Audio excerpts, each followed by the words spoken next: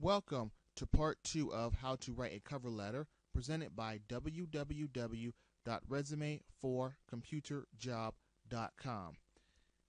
In this segment, we're going to talk about the T-type cover letter, which I find is the most effective way to concisely write a cover letter which will benefit you tremendously when you're using this style as a cover letter template, shall we say, to apply for a position.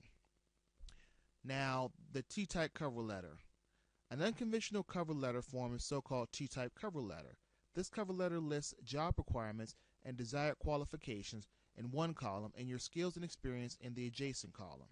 This layout gives a quick and easy to read presentation of the match of your qualifications to see what the employer wants. It is clean, straightforward, very effective in many cases.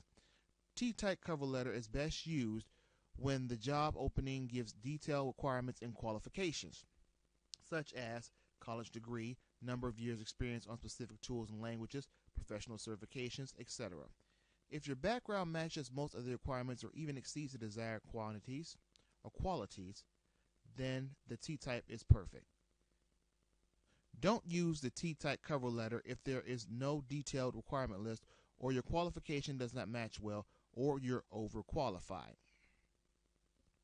Now, I believe that unless there's some dire reason why you cannot use this format, you should always use the T-type cover letter format when you're creating a cover letter. As we discussed in segment 1, we talked about respecting the time limitations, the time crunch experienced by the boss, manager, HR executive, secretary, etc., who will be the gatekeeper or will be taking the bulk of the resumes and filtering out the possibilities with the no possibilities. Basically, they will take one, let's say for every 10, and keep it. Another 9 go to trash. What we want to do is we want to make sure that this is easy to read, straight to the point, and quick to go through, and that your qualification, your selling points stand out. The T-type cover letter allows all that to happen while reducing your workload because you don't have to write as much. I'll look at example 1. Hiring manager. I am writing to submit the application for the position of senior programmer analyst in your organization.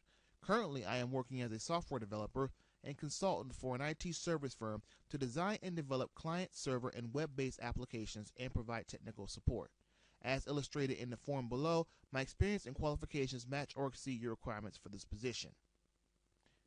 If you see here, they have on the left column, you want, or you could say your requirements or job specifications, and they have listed here what things were in the actual job application, whether it be a advertisement, whether it be a posting on the internet, newspaper, etc. Here are the keyword phrases from the posting. And for every one of these keywords identified, here's a rebuttal that says either A, I can meet that qualification, or B, I can exceed that qualification. Now, if you want to use a spreadsheet and just make 2 columns, you want, I have, and then cut and paste that spreadsheet into your Word document, or what you're using, Star Office, etc. That's absolutely fine. What we want to do is we want to make this very short and sweet, cut and dry, and stand out by showing, yes, I can do those things you have requested for that position, and I deserve the opportunity and the chance to sit down with you and discuss this further. Look at the ending. I believe my experience, hard work, and dedication will let me provide the best service in this position. You can use this line almost every time. Almost every time it will work just verbatim if you just cut and paste this sentence and put it directly after your T format list of qualifications. I look forward to an interview to discuss with you in detail about how I can make contributions to your organization.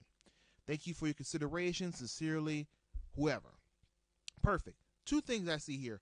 Right here should be, let's just put this right here.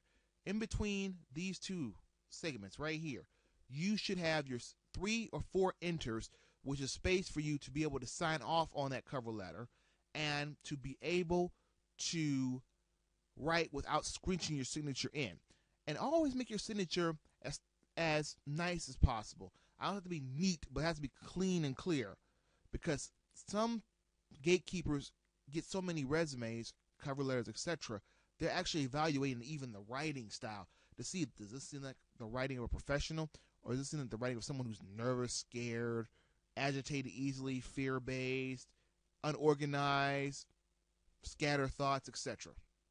2, these are extras for you. 2, I also noticed in here, and let me find that spread real quick. I noticed here it said, I look forward to an interview to discuss with you in detail about how I can make contributions to your organization.